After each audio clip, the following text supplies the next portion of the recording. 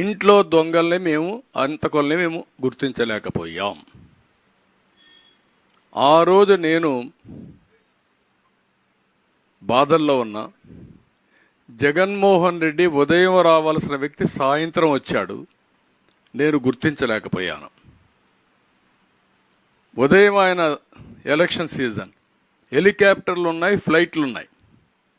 Helicopter ఎక్కితే నేరుగా కడపలో దిగచ్చు, గంటలో బాబాయ్ హత్య జరుగుంటే జన అనేది అక్కడ పోవచ్చు. ఉదయం నుంచి రాకుండా సాయంత్రం రోడ్ జర్నీలో వచ్చాడు.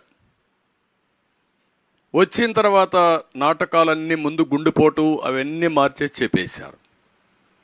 తర్వాత ఆవిడ చెప్పింది క్లియర్గా, ఎప్పుడైతే మేము కోర్టుకు పోవాలి, మనం సిబిఐ వేయాలి అని మేము అడిగిన తర్వాత వద్దని నివారించాడు.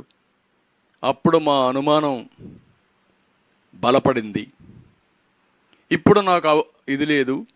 భాస్కర్ రెడ్డిని, అవినాష్ రెడ్డిని కావాలని డెలిబరేట్గా కాపాడుకున్నారు. ఇందులో జగన్మోహన్ రెడ్డి, భారతిరెడ్డి, భాస్కర్ రెడ్డి, అవినాష్ రెడ్డి రోల్ ఉంది. కాబట్టి ఆ పార్టీకి ఓటేయద్దండి. ఇప్పుడు నేను పోరాడుతూ ఉంటే న్యాయం కోసం నా అల్లుడు పైన, నా కూతురు పైన కేసులు పెట్టి వేధిస్తున్నారు. ఈయనకేముంది బాధ? 100 అడ్వకేట్స్ ఉన్నారు. సిబిఐ మార్నింగ్ ఒక కేసు, సాయంత్రం ఒక కేసు, లాలూచీలు, ఉద్యోగాలు, డబ్బులు ఇవన్నీ ఇస్తాడు. ఆ ఫ్యామిలీ సొంత డబ్బులు పెట్టుకొని వ్యాజ్యం చేయాలి.